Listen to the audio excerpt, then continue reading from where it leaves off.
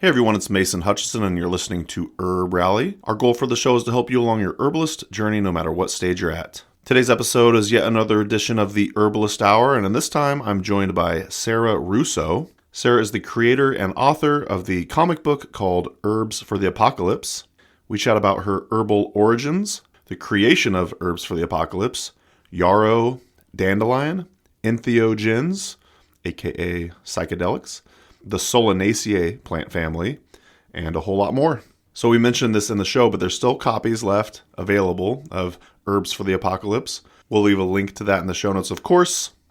But yeah, it was really nice to get to know Sarah a bit more. I've known of her work, and we've had some communication over the past couple years. But yeah, it was great to get to sit down with her for about an hour, get to hear her story, and I think you'll really enjoy this episode as well. And before we get into the show, I want to tell you about an upcoming free webinar hosted by our good friends over at Green Path Herb School, and it's called The Best Herbal Tools of the Trade. So it's coming up soon. It is November 10th at 6 p.m. Mountain Time, and again, that's a free online webinar class. And in this webinar, you'll join Elaine Sheff and John Gojkovic to learn more about their favorite herbal tools. John and Elaine have been refining their herbal toolbox for over 30 years. They have worked for herbal product companies, owned their own herb store for 18 years, and have taught about herbal medicine for decades, culminating in founding and teaching at the Green Path Herb School for the last 10 years.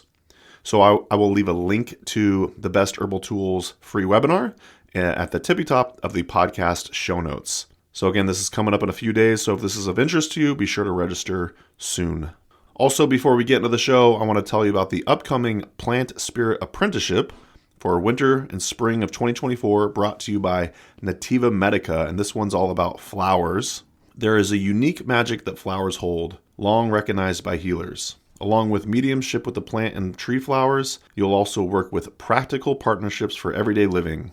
How might a plant or a tree flower be willing to partner with you? Flower preparations will emerge in your work. You will be sent ample flower materials to make your own preparations and discover how they work with you. So this apprenticeship is for gaining skills in your personal work and personal growth with Plant Spirit.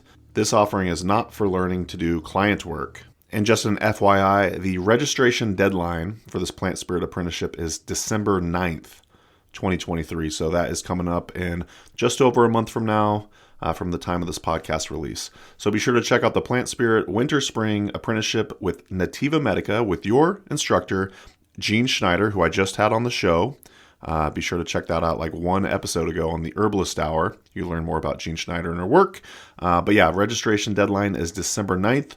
Go to nativamedica.com to learn more or click on the link in the podcast show notes. And last but certainly not least, I would like to thank our presenting sponsor, Oshala Farm. You can learn more about Oshala Farm at oshalafarm.com. That's O-S-H-A-L-A. And they grow and sell over 80 medicinal plants, and they're beautiful, organic, Southern Oregon farms. So if you're looking to purchase U.S. domestically grown organic herbs, check out Oshala Farm at oshalafarm.com. And we really can't thank them enough for helping sponsor the Herbalist Hour. So big shout out to them. When you're supporting Oshala Farm, you're also helping support Herb Rally. One more time, check them out at oshalafarm.com. And a huge thanks if when you place an order, you let them know that you found about Oshala Farm through Herb Rally. Either way, please support them. We really appreciate it. You're not going to regret it because they have some amazingly vibrant, beautiful, organic medicinal herbs. Oh, and one more thing before we get into the show. I mentioned this in the last episode, but this is no longer a daily herbal podcast. We still need to update the album art for the podcast. We're still going to be coming out with about 2 to 3 episodes per week. But if you would like daily content from us, we are currently releasing new herbalism videos each and every day over on our YouTube channel, including these Herbalist Hour interviews. So if you'd like to see our smiling faces during these interviews, head on over to Herb Rally on YouTube. I'll leave a link to that in the podcast show notes, but that's youtube.com/c/herbrally, or just use the fancy search bar and search for Herb Rally. You should be able to find it pretty quickly there. So I think that's going to do it for me today. You'll likely hear from me tomorrow, perhaps, but thanks you all for listening. Really appreciate it. Talk to you very, very soon. Bye. Welcome to the Herbalist Hour.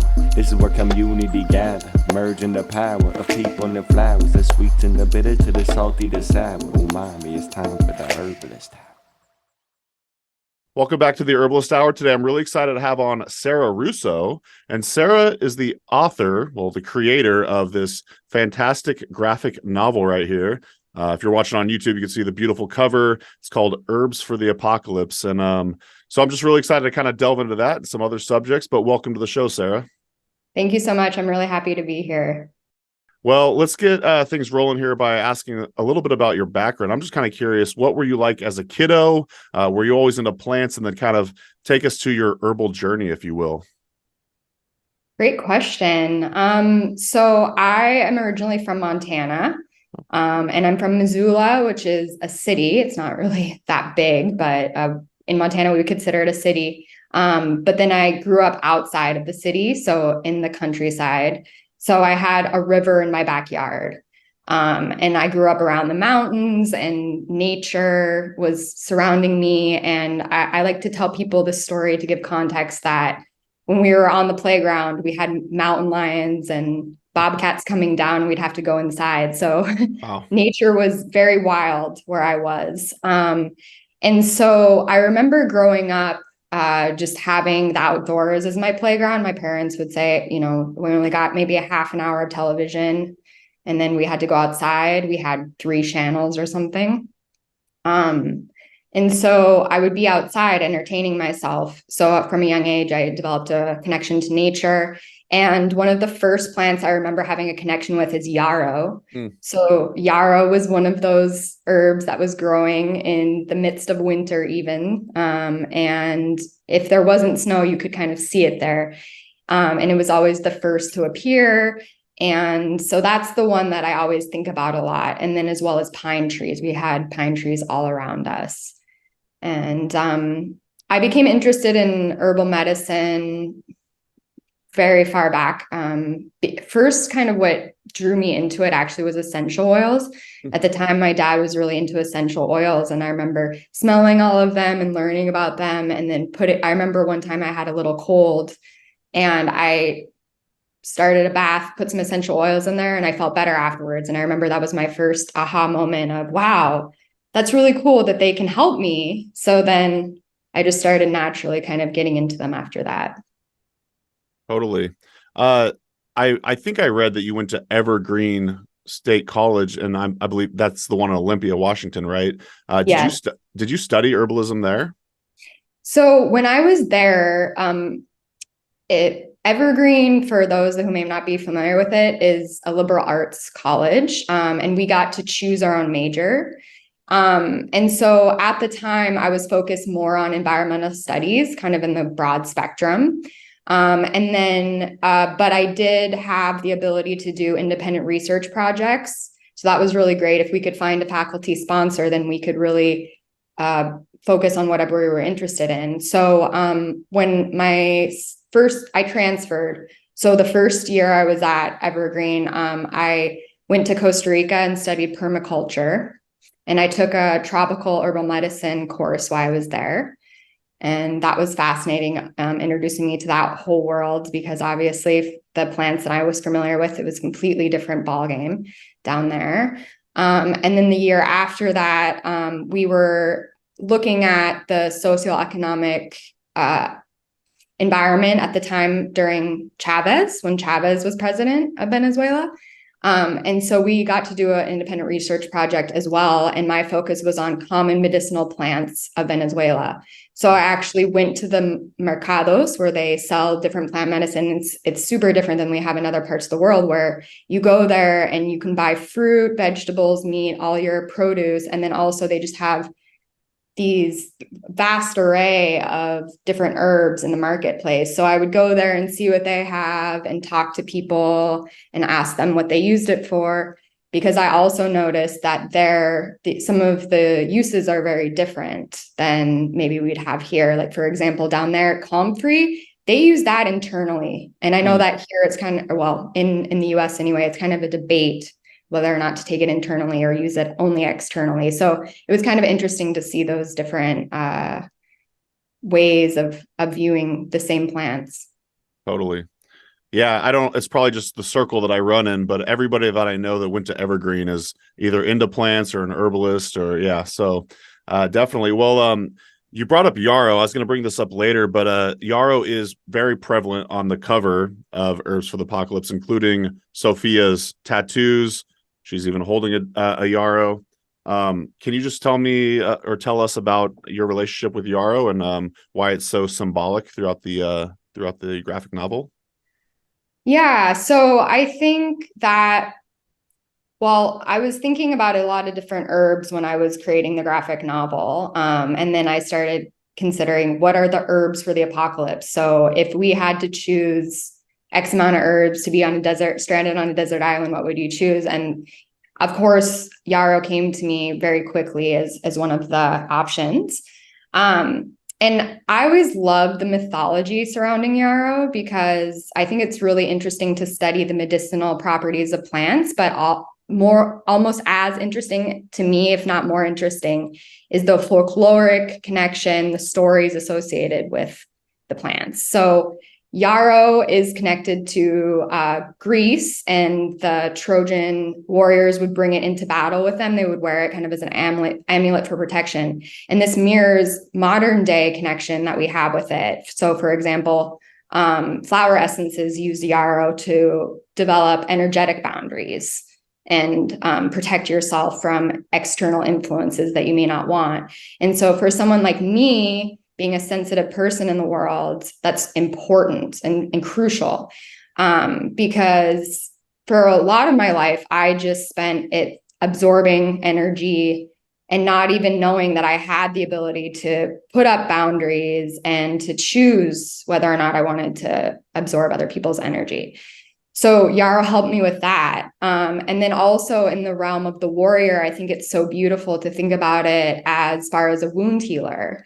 And then it's a great metaphor for life because we go throughout life and we get wounded and then we heal, and just the ability to heal ourselves. So I think that yarrow really speaks to that, as well as its supreme resilience and, growing throughout winter and coming back like a very faithful friend every season.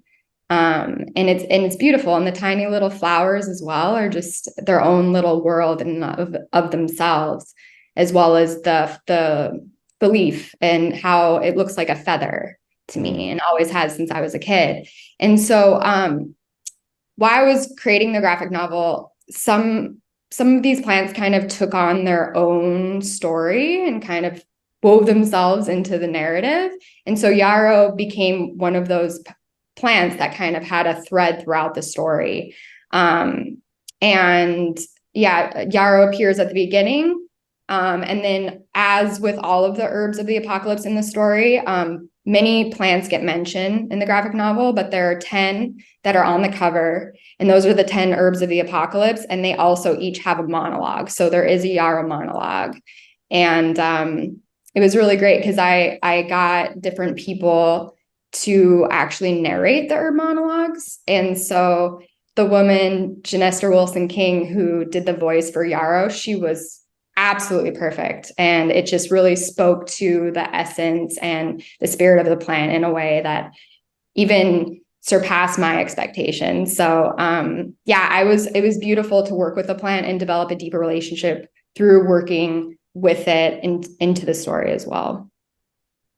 Yeah. So if folks want to listen to those monologues, that's on your YouTube channel, correct? It is correct. Yeah. Awesome. So we have all of them there. Awesome. Yeah. Actually, later on, I was going to read the dandelion one. I really enjoyed that. I was going to ask you, do you yourself have a yarrow tattoo? I do. I actually have it. I have it on my Achilles heel because Achilles, that was his Achilles heel, was that his mom, it said, the legend has it that his mom dipped him in yarrow tea, and that was the only and she held him by the heel, and that was the only part that was exposed. So that's where the arrow hit him and killed him. And so I put it there many years ago now, just as a reminder of resilience and that, to garner strength. Love that. Yeah, I want to say yarrow is probably the most tattooed herb, at least that I've seen. I just got this one. I don't know if you could see it. It's a dandelion. Oops. Oh, Yeah, nice. yeah. I just got that a few days ago. It's still healing. Oh, Well, cool. yeah. I'm Yeah, stoked on it. I'm due for another herbal tattoo at some point. What will you get, you think? Oof. That's a good question. I need to sit with it for a while. Yeah, totally. Yeah. So you did a lot of self-study, it sounds like. Have you had any, say, herbal mentors along the way? Hmm. That's a good question. I think um it's kind of interesting to consider this question because I've had people that have inspired me along the way, but For sure. really one of my greatest inspirations and the way I learned the most was actually when I was working at apothecaries and herb shops Mhm. themselves, and just the kind of trial by fire scenarios and people coming in and asking you questions, and then maybe you were prepared to answer it, maybe you weren't. The kind of themes that run through. So sometimes there would be a trend in a week and everyone would come in wanting Tulsi or something like that. So I actually, that was really what inspired me. And so when I was working in the herb shots, I'd also be reading and doing a lot of self-study. And over time, there have been so many that I kind of at a loss as far as like who they would be specifically. Because a lot of times I find that some people, teachers and things like that, they kind of come to you and they kind of go in and out of your life. Totally. And so I've had that experience. Yeah, and also the plants themselves have been Amen. amazing teachers as well. Well, it sounds like, so you worked at an herb shop. It sounds like Sophia is kind of maybe like a autobiographical in some ways. It sounds like there's a lot of overlap between you and the protagonist of the story. There is some overlap. It's funny because people ask me that a lot. And I wouldn't say it's completely autobiographical because it's a fiction story and I could invent whatever I wanted. Right. So that was great. So I like to say that all the characters are me because Totally. it came from my mind, right? So there's a part of me in all of them. Yeah. But Sophia, the character of Sophia, it was a very cathartic process to write this story because actually it started out as a novel and the novel went through 3 drafts. And then initially I was just going to shelve the story completely because being a first time novelist and then going and getting it edited by a professional editor and having them rip it apart, but not even in a good way, and just trying to copy and paste cookie cutter for the masses and then leaving me with afterwards, I thought, okay, I have really nowhere to go. I feel like the story is not being understood. I feel like people aren't going to get it. What's the point of me putting so much more energy into it? And so I shelved it for a while. And then when I had this idea, almost a year later, I was in the hot springs and I was working with cannabis and I was in the hot springs in Colorado. And just this idea came to me and it was do it as a graphic novel. And I had never done, this was the first novel I'd ever written. I'd never written a graphic novel. So I just decided, wow, that's pretty crazy, but I think I'm going to pursue it. And actually it turned out to be the right decision the whole time. And so the process of writing the story as a novel and then later as a graphic novel, it was really therapeutic because there's kind of a part of me growing up and seeing the way that humans treat the earth. And I've never understood how we can completely destroy our collective home.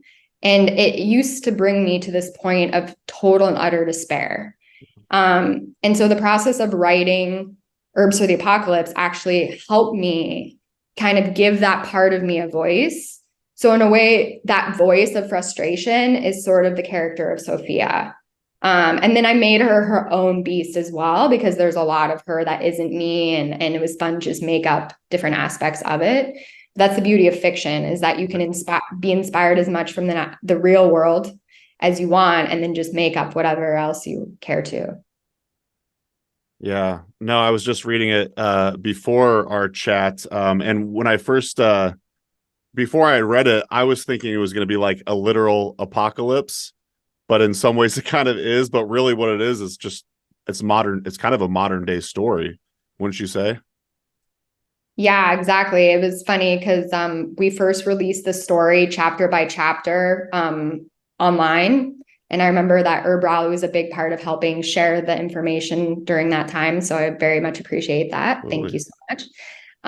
And so the idea was that digital is temporary, print is forever. So there are no digital copies of the comic. It's only print edition.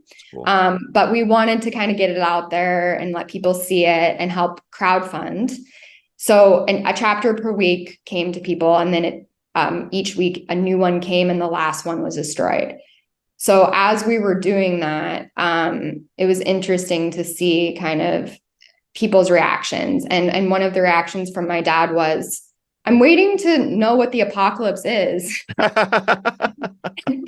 I said, well, Dad, you can go outside and look and see what we're dealing with now. So yeah, that was the kind of the underlying message of it, is that we're living in a apocalypse. And for the record, I didn't want to create this story that was completely going to make people feel hopeless. Right. I know that maybe some of us sometimes feel a lack of hope in the world, but no, it was actually to inspire and also be aware of what's happening around us, because I really do feel like plants are going to help us no matter what happens in our future.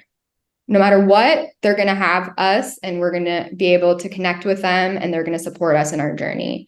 So that was kind of the underlying tone. But yeah, we're dealing with species extinction, habitat loss, climate change, the list goes on. And so to really just put that in perspective, and then, but in the story, the situation is a bit more dire than it is now, but I don't know, we'll see what happens, but who knows, it could enter into that kind of thing in the future.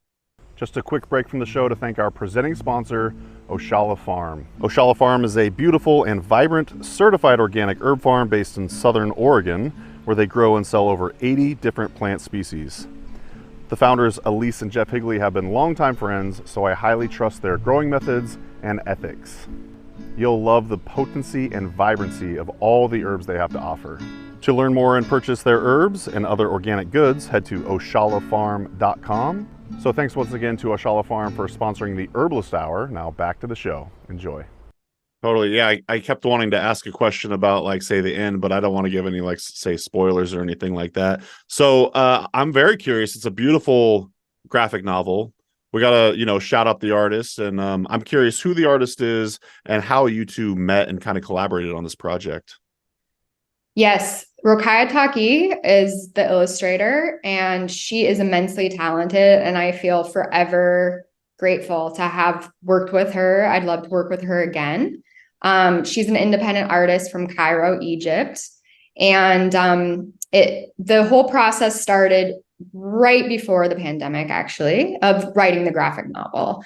And so when I was deciding, okay, yes, I'm going to do this crazy thing and make a graphic novel, I put an ad out, or a job description on Upwork. And I said, this is what the project is, and I need someone who's open-minded and into radical concepts and interested in plants. And I had this whole criteria. And I actually found another artist, and I really loved her work. It was very kind of psychedelic and botanical. And I said, okay, I'm going to collect my ideas and my thoughts and make it back to you. Well, that ended up taking a lot longer than I'd initially thought. So by the time I got back to her, she said, I'm sorry, the pandemic had hit, and she said, I have full-time work and I have no time at all. So I can't take on another project. And I was really sad. And I said, okay, because I really liked her stuff. And I knew I wanted it to be a woman, because I wanted this to be a women-created graphic novel. For various reasons that we can get into later if we want. But so I put the call out again, and then I saw Rokaya's art, and I was immediately enchanted and in love. And I said her, because she has a very kind of dark horror art style, which really spoke to me. And then because the theme of kind of an underlying theme of the story of the tale is that it's kind of a zine look, and it very 90s kind of old school vibe. So when I saw her work, I knew that it'd be perfect. And so we started the process, and it would be hard to believe, but I will tell you that Rokaya had never really drawn botanical art before. Wow. But yeah, she excels, and she is super talented and goes above and beyond. And so we would start, and I would write the script. So I would say, panel 1, this is what happens. This is the dialogue. And so I would send her the script, and then she takes that and then she constructs it in a way that she visualizes it and creates it. So, she might make panel 1 a lot longer because she wants to show that they're in a field of wildflowers. And then this one, she would know she needs to make smaller. So she took all of that on, and she excelled with the whole way through. And yeah, she's amazing, and I'm really excited to see where she goes in the future as well. Heck yeah. Well, yeah, just looking at it, it does remind me of, like, say, the comic books I used to read back in the day. I love that the herbal community has like a graphic novel. That's so sweet. I would have never thought of that. It does look like a true labor of love from the both of you. And yeah, I would have never guessed that she'd never really done botanical drawings before, because each one is just so detailed and beautiful. And just kind of curious, how long did the process take from idea inception all the way to completion? Because this just seemed like, yeah, like a huge undertaking.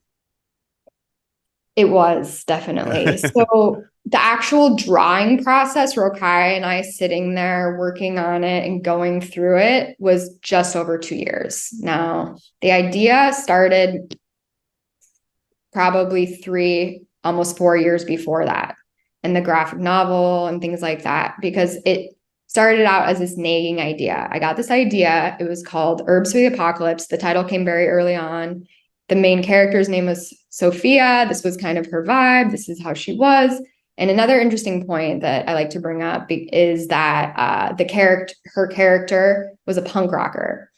Now, and so I started listening to a lot of punk rock music. I started studying the punk rock movement, what it meant, read many different books about the topic, listened to a ton of main bands, went down many rabbit holes. And I'm a music aficionado, but I never was totally devoted to punk. I wasn't well versed in that genre, but then through the story, it actually got me into it. And so she kind of inspired me to become more into that line of work as well, or that type of music as well. So I've heard people say that this story kind of takes on a life of its own, and that's very true. I was just at one point just a conduit, like, okay, here I go. I don't know where we're going, but I'm just going to facilitate the movement. Do you throw punk music into your rotation these days, or was that just Definitely. kind of more of a really? Where should we start if we wanted to, listen to some of what Sophia listens to?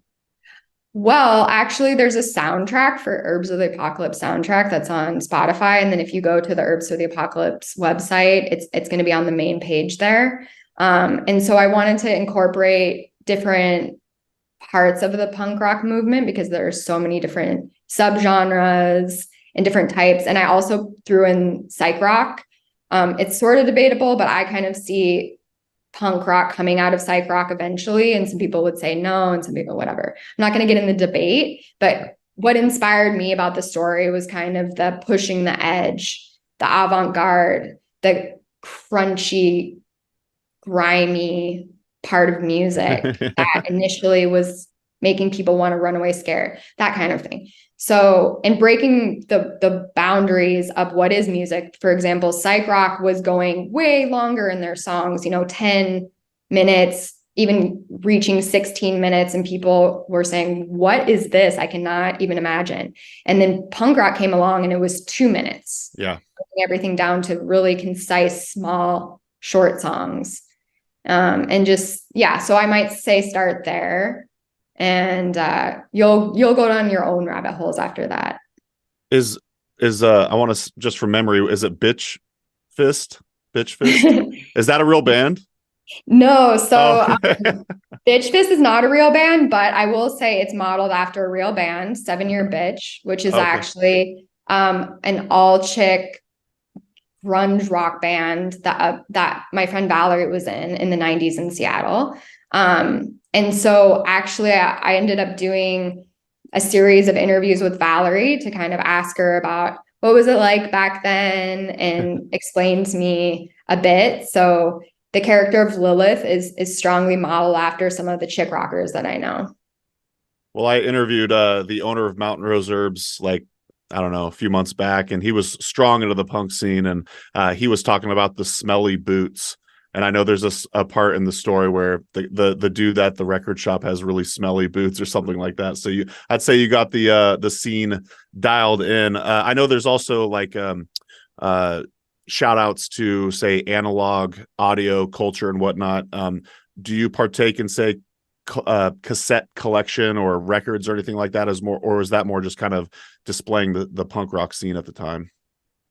That was definitely more of a display. I'd say these days I have surrendered to the digital world. Totally. But I do try to keep the analog vibe going. I do, for example, try to write out things on with pen and paper as much as possible. I turn off, if I have vacation time, I turn off my phone. I am a week offline, no phone, no computer. I try, if I can, to use Google Maps and then be able to form my own path. But that was more of getting into the whole vibe of the scene. And in the story, Sophia is a complete and total Luddite. She hates technology. She doesn't have a cell phone. She rides a bike.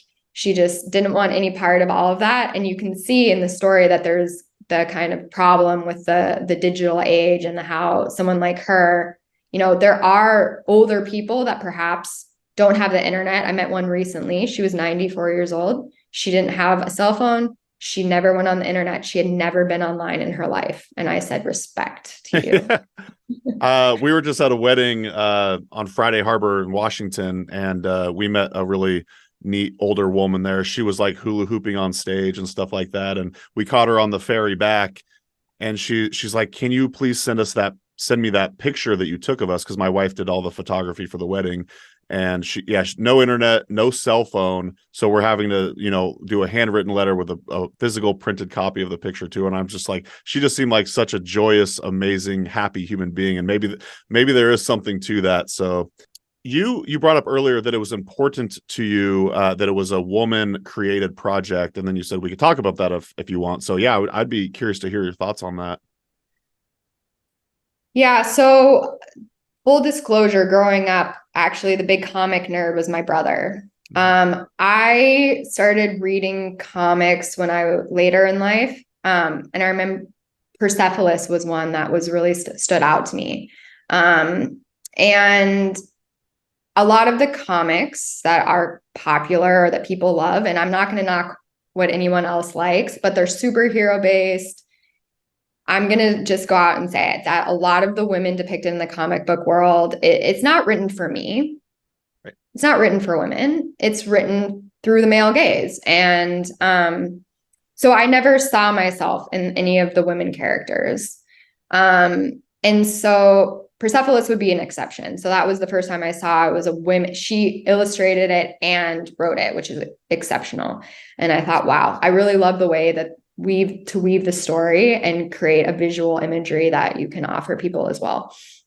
So, when I had the idea to do the graphic novel, I said, all right, I feel like because of the nature of the story and the nature of the main character and the characters in general, it's very women empowered characters. I wanted to have a woman create it because I wanted a woman to be able to depict women appropriately, and for example, the way that women's bodies are drawn, I wanted that to be something that people could relate to and not be fake, like a lot of the women's bodies I see in comic books. Right.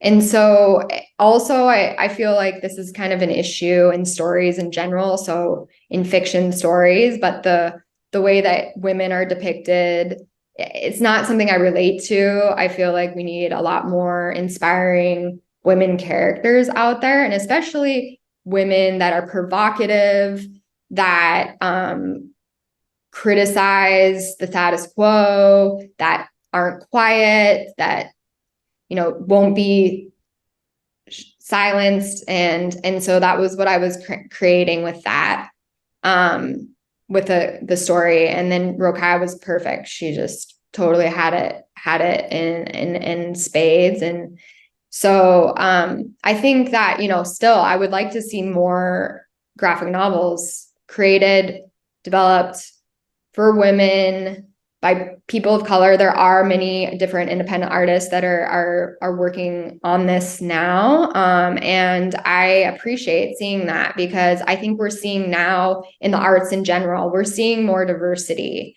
And I'm so grateful for that, because it's time. It's really time for us to be telling different stories, to be listening to the things that it's boring to always have the same narrative, the same stories. And so I just wanted to try to create something different and to hopefully inspire others to do the same, because I would inspire anybody who says that they have an idea and it's maybe, not typical, or other people have criticized it. I'd say just keep going, because the world needs to hear what you have to say. Amen. Yeah, you're absolutely right. It does seem like times are changing, and we do see a lot more diversity in, say, modern pop culture and stuff. For whatever reason, Squid Game came to mind. We watched that like a couple years ago, and it was nice to not just see like your typical just white male as like the lead or whatever. So it just appears that we're getting more and more diversity all over the place, and including our graphic novels. So, Sarah, do you mind if I read the dandelion monologue, or is that By all chill? means. Awesome. Yeah, I just adore all of these. And again, if you're watching, I'll have to turn this around. How do we do this? Yeah, you can see it. Yeah.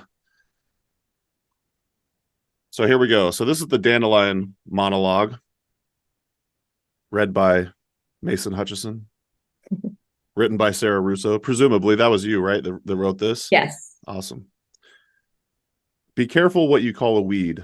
I'm the bane of a gardener's existence. I occupy yards like squatters in an abandoned building on the verge of gentrification. They would be less likely to destroy me if they knew I am one of the most nutritious vegetables on the planet. The same flower people use to wish for their deepest desires is the one they rid from the ground by the medicinal roots. Next time, remember my seeds are winged messengers. Many shepherds have used me as a clock to mark the passing of time. My flowers unfurl after sunrise and close up in the early evening. My seeds stay withdrawn during rain, but reach towards the clear sky. My flower never stays open once I'm removed from my stalk. You can't chain me down. I'm a bit bitter about the whole thing. I grow in abundance because, no offense, humans are incredibly toxic. I live in squalor, a war zone that renders most of the plants unable to flourish, but I am able to see the beauty of my surroundings. I find what is harmful, encapsulate it, and dispose of it.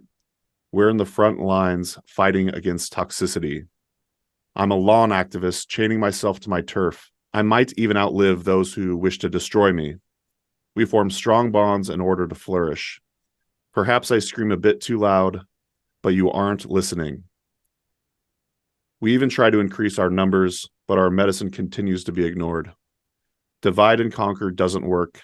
It's time for me to bring in reinforcements. Dandelion. And there's as you said, there's 10 of these throughout the graphic novel. Yes. All beautifully illustrated, and it's like poetry, which is probably what you were going for there.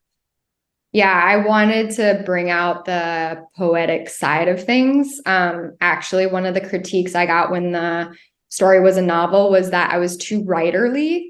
Huh. And I mean, it seemed to me, it's a reflection of the fast-paced world that we live in now. Everything needs to be more concise, and you need to say what you're going to say in 3 words. I want to say it in 5 words, so to get a little bit more flowery and kind of embellish a bit. And the dandelion was definitely the most sassy of the voices. Yeah, as I was reading it, I kind of felt like those monologues were almost like markings of chapters for the book. I don't know if that's what you were going for or not, but yes, I was. Totally. Well, anything else you'd like to say? Are there still copies to purchase of the graphic novel? Can folks still buy it? Yes, so we are doing a limited edition run, one run only, 300 copies. Each one is hand numbered, and only in print. And so they are available. It's been interesting to see kind of who ends up with a copy. And I'm finding it's connecting me with some really amazing people. So yes, if you're interested, you can go to the Herbs for the Apocalypse website and click on order, and there's instructions there. Awesome. Thanks. Yeah, and I'm honored to have edition 263, and I know I have another one, so it's probably 264 upstairs, but actually I want to gift one to the owner of Mountain Rose Herbs. I think he'd really dig it because he likes herbs and punk rock. So yeah. Well, why don't we transition over to, you were suggesting pre-call that maybe we talk about entheogens. So I know you have a background in cannabis, but what's going on with you in entheogens, aka psychedelics? Well, yes, I'd say that cannabis was kind of my introduction into another realm of plant study. And I think that she's also one of the herbs for the apocalypse. She's the first herb to appear. Actually, the first herb and the last herb are both psychoactive plants. And I'll say psychoactivity. We can talk about psychoactivity in a second because it's a spectrum for sure. But she kind of opened my world to see, wow, I can look at things in a different way, change my perspective. I began my activism when I was 17, and it was basically in my town creating cannabis as the lowest law enforcement priority. And then kind of from there, I started working in the cannabis movement surrounding education. So offering educational information about the plant. And now it's expanded into this whole big industry, which is really wild to see. And so I think that she opened my eyes to a lot of different ways of seeing. And I think that she does that for us collectively as far as our evolution right now. And so as the laws are changing involving her, we're also seeing a different perspective and the way, a decreasing stigma in the way we're seeing other plant medicines, other entheogens or psychedelics. And that wouldn't necessarily all be based on plants. It could be based on fungal partners that we have, the mushroom family. And then animal medicine as well is something that some people work with. And so my activism with cannabis kind of led me into the activism with different plant medicines as well. And having worked with different plant medicines throughout my life and being very grateful for the insights that they've given me over time, and seeing the potential that they can offer humanity, I think is beautiful and surprising again to see where we're at now versus 20 years ago and the way things are changing. I mean, we still have a lot more work to do. And, I will say there is still a massive injustice throughout the world for people that are put in prison. In certain places, they're put to death for plants. And that should not be. And I will do my hardest in this lifetime to seek justice in that. Because I think once we can liberate plants, we can liberate ourselves, because really the kind of injustice that we see and the projection we put on plants is just a reflection of the way we view ourselves, and a lack of understanding and a lack of compassion and a disconnection from nature. So I think we need to heal that. And I think that psychedelic medicines of different capacities can help us do that. Absolutely. So do you do any work with psilocybin at all? Yes, I do. I, from time to time, will have an experience with psilocybin, a full-on experience. And then sometimes I do microdose as well. I have really severe headaches from time to time. When I was a kid, I would have migraines. And some people might define what I have now as a migraine, but I remember what migraines were in the past and what they are now. But regardless of what they are, they're very painful. And I know anyone who's had a severe headache or a migraine really knows how troublesome they are and how detrimental they can be to your life. And I've noticed, because generally speaking, I try to avoid taking ibuprofen and things like that if possible. Now, sometimes nothing helps and I just say, screw it, I'm going to I need to feel better, and ibuprofen works. Sometimes ibuprofen doesn't work. I have that happen to me sometimes.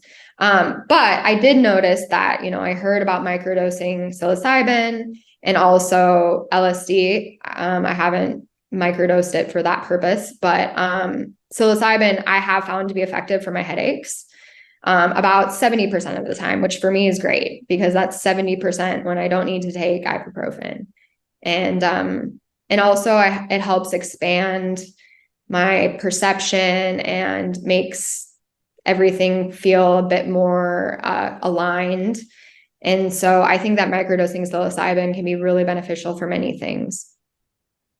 Yeah. I've taken it recently, and I just always come away, if I, get new insights, or basically what usually happens for me is I'm reminded of the actual important things in life. Like, we get so caught up in the day-to-day stress. I got to do this, I got to do that. But I notice when I experiment or take psilocybin, it just really recenters me and makes me remember like the important things in life. And it's usually just like this really overwhelming sense of love. Granted, I feel like on the podcast, I got to say, do your research. It's not for everybody. This is not like medical advice or anything like that. And in my earlier years, I would take it like almost recreationally or whatever. Probably not the best way to go about using such a strong substance. But then, yeah, microdosing is also definitely a good way to, try to incorporate it into the regimen as well. Mm-hmm. Yeah. And mushrooms in and of themselves are a complete and total world. That's fascinating. Totally. It's very exciting to see how things are shifting in that as well. And I do want to say also that I find it to be interesting, and this is some kind of a process I've been in as well, as kind of the tendency these days to gravitate towards what's natural. So say psilocybin containing mushrooms or plant medicines, ayahuasca, San Pedro, cannabis, these plants that naturally contain certain compounds that cause psychoactive effects. But, there are other medicines that aren't natural, but they can alter our perception and be medicinal as well. So I find it to be interesting that there's this kind of division between the natural world and the unnatural world. Yeah. But I feel like there's a place for all of these medicines. Some people might really gravitate towards something that's completely natural, 100% from the earth. I understand that. And I also think it's interesting to think about like what a single compound can do. For example, LSD. Yeah. That compound alone in and of itself has revolutionized many parts of our life. And so to think about it like that came from ergot, which is a fungus that grows on wheat. Or rye, it grows on rye, or it could probably grow on wheat too, but I'd have to check that. I didn't know that. Oh, I didn't know that. I didn't know that it came from a fungus. Yeah, it does. And so that's how they originally found it and synthesized it. And so I think it's really common these days in the world of even plant medicine to think about active compounds, right? So, what's the active compound in wormwood? It's thujone. So everyone's very interested in this one active compound, right? But what else does it have going on? A million things. I mean, this is a plant, and we don't even know how to study and understand all the compounds that exist in one plant. And that's just one variety. Think about all the other varieties that exist out there, the growing conditions and how that affects it. And so I think that modern science is really obsessed with just this one thing. They want to find the one active medicinal part of this plant, take it and make money off of it, or develop different medicines based on that one thing. And it's also very hard to study plant synergy. Plant synergy is incredibly complex. And so we don't really know anything. So people aren't going to want to devote the money and resources to something that's very cost effective, right? So a lot of these plants are very easy to obtain. You can grow them yourself. They give you a large quantity of medicine. And so oh, well, no, that's not good enough. We need to have the active component. And so I think that it's doing us a disservice to really focus on the medicinal uses of plants and the medicinal compounds. I mean, I find it to be interesting and fascinating. I love to geek out with, especially people that are very scientifically focused and talk about what compounds do what inside of the plant and what plants share compounds with other plants. That's fascinating to me. But I think that the medicine is in the whole plant. Yeah. So I hope that as things are changing, that we don't see legislation that really gravitates towards legalizing this compound or the pharmaceuticalization of these medicines, because that's going to be detrimental from my perspective. Yeah, you're saying, are you saying you would like to see more and more legalization of, say, psilocybin, not necessarily LSD or whatever, some drug compound? Are you saying you want to see like legalization of the whole plant or whole mushroom? I would like to see legalization across the board. So legalize all drugs. Yeah. And then, yeah, that would give us the ability to study all things in greater depth. Because personally, I feel like the drug laws are more harmful than the drugs themselves. And also, what is a drug? Right. You know, sugar is a drug. Coffee is a drug. Right. A lot of other things that we do on a daily basis can be considered drugs. So why are we saying that this plant, because it has certain properties, or maybe we don't understand it, is bad and we shouldn't use it? Well, that should be up to the individual to decide. And yeah, do I think that we should all go out and just pick a bunch of plants and take them and see what happens? No.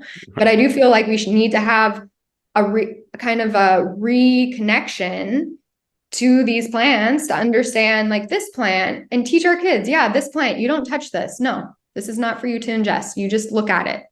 Or, you know, eventually when you're older, maybe you can work with this, things like that, to be more transparent. And I think a lot of this lack of understanding comes from a disconnection. For example, in the global north and the cultures of the global north, very disconnected from plant medicine. But a lot of cultures in other parts of the world are still very much connected to plant medicine. So it's unfortunate that a lot of the places that are most disconnected are the ones that are governing international laws.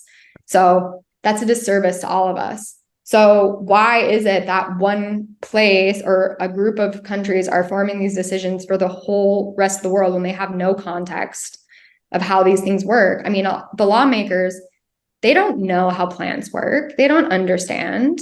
And so we want to educate them and help them make informed decisions, and so that they can create laws that actually serve us. That's brilliant. I love how you put all that. It seems like a nice segue to talk about the nightshade family. I know you got some things to say about nightshades as well. Yeah, I should say a couple of years ago, became very interested in the nightshade family. Because, you know, tomatoes, peppers, things like that, I've been familiar with for a long time. And I actually don't really eat them. I like tomato sauce, but it really is very acidic for me. And so I don't really eat them much. But I started looking into other types of nightshades, and it's a big world, a huge world, actually. Tobacco, for example, is a nightshade. And that's a plant that I have a lot of respect for. I only work with tobacco in ceremony. I don't smoke it for fun, and I find that the effects are really, really strong for me. So I feel like I'm very sensitive to the nightshade family. But then there's other plants like Brugmansia, which is a plant that I adore. Another herbal tattoo I have is Brugmansia. I'll have to look that up. I've never heard of that one. Trumpet flower, you may have trumpet flower. Yeah. Okay. And so I became very enchanted with that plant when I was in South America. And also when I lived in California, I saw that it's an ornamental plant. So actually this plant, they say, is not really out in the wild anymore. It's been kind of whatever it's called when it domesticated. Oh, yeah. And so now it's really hard to find wild sources of this plant. But at one time it was. And there's a lot of lore surrounding the plant that I find to be interesting. It's connected with death. So a lot of these plants, belladonna, datura, mandrake, There are a lot of different, henbane is another plant that's very interesting. All of these plants have a very rich history, and they're mostly associated with death because they can kill us. They really can. I mean, if you take too much of any of these plants, you're dead. And so it brings into the idea of what is a medicine, right? Because the difference between a medicine and poison is dose. So I feel like the nightshade family really shows us that. And for example, with Brugmansia, it's bad luck to bring in more than one flower. You wouldn't want to take a bouquet of Brugmansia flowers and bring it into your house. It's said to be very bad luck. And as I have Brugmansia growing on my terrace. And once I started having it and growing it, I started to understand it in a different way. Wow, I understand that plant is super seductive. And the flowers are stunning and the smell is intoxicating and it opens at, has more of aroma at night. So I found myself almost being seduced by this plant. Wow. And so you can see how it would be seductive and seduce you into death. And, people, you can have just one flower and bring that in. And I put it in a glass of water and have it on my nightstand. And it helps give me crazy dreams at night. So that's one way you can work with these plants. You don't even have to ingest it. You can just be around them, and people take them homeopathically, which I find to be very interesting. But it's another kind of level because handling them, for example, belladonna has these gorgeous berries that are bright purple, almost black purple. But if you have a little bit of the juice from the berries and you put that in your eye, it can send you to the hospital. Oh my gosh. Yeah. Wow. So, it's not to be taken lightly. But I found that they're just such a beautiful inspiration in a lot of different ways that we can look at how our relationship is to these plants, right? Because again, we're going back to the laws and the disconnection from nature, because a lot of the Solanaceae, the nightshade family, they are poisonous, but then tomatoes, potatoes, peppers, we eat that all the time. Tobacco is one of the most widely available drugs on the planet. So why are those okay? And these other ones, I mean, all of the plants that I mentioned in the Solanaceae family generally are legal, but those are legal, but they can kill you. And then these other plants that can't kill you aren't legal. It doesn't make sense. Yeah, I mean, isn't say Datura used by some individuals as like a psychoactive, or am I thinking of something else? Yeah, I think there are people on the internet and there are forums of people on Arrowwood and things like that have had experiences with Datura. I personally never have. I personally never would. Yeah, me neither. I don't feel called to it. It's a dissociative. I don't feel the need to dissociate, but I'm not going to judge anyone's decision. But what I would say is make sure you are completely informed. Yeah. And medicine, poison, dose. Right. Because I don't even know where to begin with dosing it for internal use. Yeah. So you would have to have someone who's very well informed about these topics, that had worked with it before, that was able to give you a safe extraction, or you were able to do a safe extraction. So for me, there are too many variables involved. So I wouldn't personally take it internally at all. Some of these plants, there's actually the history of the flying ointment, which was used by witches to fly and to have these psychoactive journeys when they were doing ritual work. And a lot of them have the Solanaceae family in them. And putting those on a pulse point, you make a salve and you put those on a pulse point, and that's enough to take you on a voyage. So you don't even that in of itself, if you get that in your mouth or in an area where you shouldn't, it could be detrimental. So you got to be very, very careful with these plants. And it's not a joke. It's not something to just casually decide, oh yeah. I mean, if you can, but at your own risk, I wouldn't advise it. Same. Yeah. I love that you just emphasize it's medicine enough to hang out with the plant. You don't have to consume these plants. You could, just hang out with it, get the energy and beauty that way. Mm-hmm. And I think it's also very common in Western culture to think about taking. Yeah. We do a lot of work around, Right. ooh, I want to take that plant. Right. I see a bunch of wild yarrow. I want to take it home with me. And the idea of possession and owning it. But sometimes we can just witness and just like be a part, because I like to think of them as allies to us, and allies, they have their own existence. They have their own world, and we're sharing the same world with them.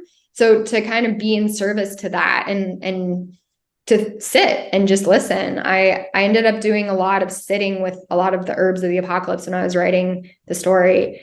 And, you know, some of these plants that I'd been with my whole life, like rose, I remember I sat down in front of a rose bush that I had at the time, and I was just sitting there, just seeing what came to me, if anything, or just to be around it, to be in Rose's presence. And I think that that's helpful. I want to be able to do that more. Yeah, I want to say my teacher Howie Brownstein calls it herb lust, and he says something like, "The hard part isn't harvesting the plant; the hard part is not harvesting the plant," which I always really like that saying. Awesome. Well, it's been about an hour. Do you got a few more minutes to do a couple more questions? Definitely. Awesome. We've been trying out this new segment called "Explain That Gram," and we stole it from a YouTube show called Hot Ones. So basically what I'm going to do is I'm going to show you an Instagram picture from your Herbs for the Apocalypse Instagram account, and you could kind of just tell the greater story of what's going on there. So I'm going to hit share screen. What's going on here, Sarah? So that is at the Hash and Marijuana Museum in Barcelona, which is near where I live. And that was when we had a group of international delegates coming to learn about the cannabis social club model in Catalonia, Spain, which is where Barcelona is. It's a region of Spain that has its own language, Catalan, and its own history and its own culture. And so there's a really interesting model of providing cannabis there. And so this was looking at the different artifacts in the museum. And this was the ancient pipes section. And I just was fascinated by it. And a photographer was there, and she took that photo. And then I wanted to talk about cannabis because as much as I think that in the cannabis world, people are very fixated on cannabis, and they need to kind of, in my opinion, branch out a little bit more and integrate other plants into their world. I feel like herbalists are really interested in cannabis, and she's just part of the repertoire. So that's how I see her. I see her as part of the allyship and part of the kind of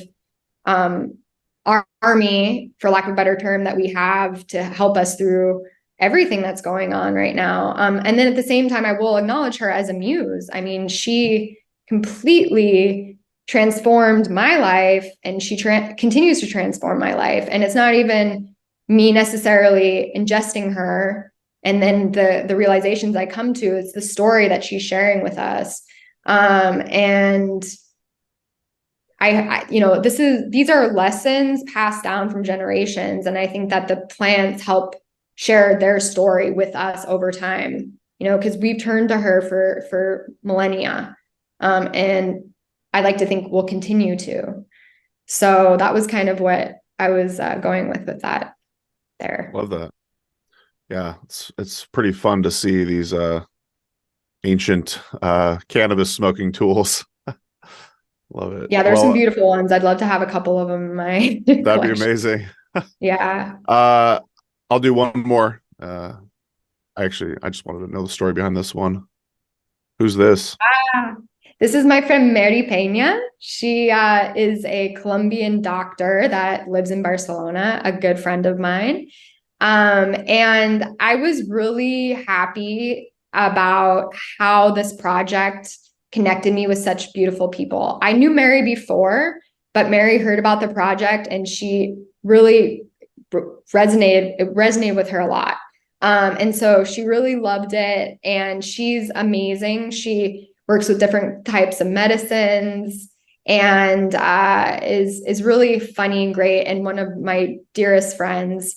I love her incredibly so. And so the comic really spoke to different people in different realms and different backgrounds. And so Once we published the comic, I was so happy to have it in the hands of people who were very excited about it. And I would say Mary might be the number one fan of Herbs for the Apocalypse. She's the best fangirl ever. And awesome. She's fangirls for a lot of different things. And if you ever have the ability to have her as a fangirl, I recommend. That's awesome. Yeah. She's got a great smile. She looks super happy right there. I love it. Yeah, she was, and she loves the music. She's into cool. punk rocker. She's into punk rock as well. So, well, she must have really loved it then. Awesome. Well, it's been great getting to know you. Like we were saying pre-call, this is our actual first chat. We've had a lot of email correspondence over the years, but I guess I'll wrap it up with just saying, what's next for Sarah, and any closing thoughts? What's next? That's a good question. Sounds like you're chilling now. Yeah, since we published the graphic novel, initially I thought, wow, when it's published, I'm going to want to promote it and tell the world about it. And honestly, I published it and I just was kind of in awe that it even got finished, and just grateful that it was done and we got it into the hands of the people that had supported us over the process, including you. And thank you so much again for all the support that Herb Rally has given the project. And so I haven't really done a whole lot with it as far as the project. Now, the project is a source of inspiration for people to kind of do it themselves and connect with plant medicine, because that's ultimately the goal, is for people to reconnect to plants and to kind of take the whole to demystify plant medicine as well, because it's kind of common to see it like, oh, this expert in plants. Well, we can all be experts, and we all kind of are, in and of itself, because we drink chamomile tea, and any one of us, there's no elitism in it at all. What do you have to say about this? How does it taste? What are the effects that you feel? So to kind of take the hierarchy out of it as well. And that we're all perpetual students. I will always forever be learning. And one of the things I'm learning about now is actually a lot of the magical history of plants. I'm very interested in that. And so recently I was in England and I went to Cornwall, and there was the Witchcraft and Magic Museum, and they had this wall of different plants, and they were talking about the magical uses of all these plants. And so that's something I've been very interested in recently. So I do something called night studies. I have a really massive collection of new books. It's a little bit ridiculous, the weight of them, because I like old-fashioned books. I don't like to read on screens. And so since I've been back, I've been doing some night studies and turning off my phone around 11 at night and just going analog and reading about them. So I'd say that's taking up a lot of my interest right now as far as my personal journey. And in my day-to-day, I'm a editor and a writer. I work on the communications team for an organization called iSears. And we focus on looking at the globalization of plant medicine and trying to help facilitate more positive connection with these plants and helping support the people who have historically carried their knowledge. And so in my day-to-day, I work on different educational materials that help people learn about these topics. And so education has always been a big part of my work with plants. And so that's something I will continue, I think, for the rest of my life. Yeah, you said something earlier about we don't really know anything. And that's kind of something that keeps me humble and always wanting to learn, and try not to be too rigid in what I believe, because I feel like every time I start to become so rigid in something, someone changes my mind or says something in a new way, or I could see how you could see it both ways and whatnot. And I just really want to thank you, Sarah, for coming on the show. You brought so much knowledge. Like, I could just listen to you talk all day. I bet you've got a lot more to say about all these different subjects that we had. So I'm really excited to see what's next for you. I think you got another book in you. Maybe a nonfiction book even. It would be really fascinating to hear what Sarah has to say with a lot of these condensed learnings that you're taking. And your day job sounds pretty cool too. Thank you. Yeah, I'm blessed. Amen. For sure. Well, thanks once again for coming on the show, and we'll have to have you back sometime in the future. And thanks y'all for listening/watching, and we'll see you in the next episode of the Herbalist Hour. Thank you, everyone. And that's going to do it for today's episode. Thanks so much for listening to the Herb Rally podcast. If you'd like to hear more from us here at Herb Rally, we now have a text message community, believe it or not. Basically, it's just updates from us. We send about 1 to 7 texts per week, notifying you about new events, videos, courses, podcasts. You get the idea. It's pretty much like our email newsletter, just in text form. So if you'd like to receive text messages from Herb Rally, just text JOIN, that's JOIN, to the number 541-256-2895. Again, that's JOIN to number 541-256-2895. And to stop receiving texts, that's easy too. Just text STOP to the same number. It'll opt you out immediately. Okay, thanks again for listening. Have a great rest of your day.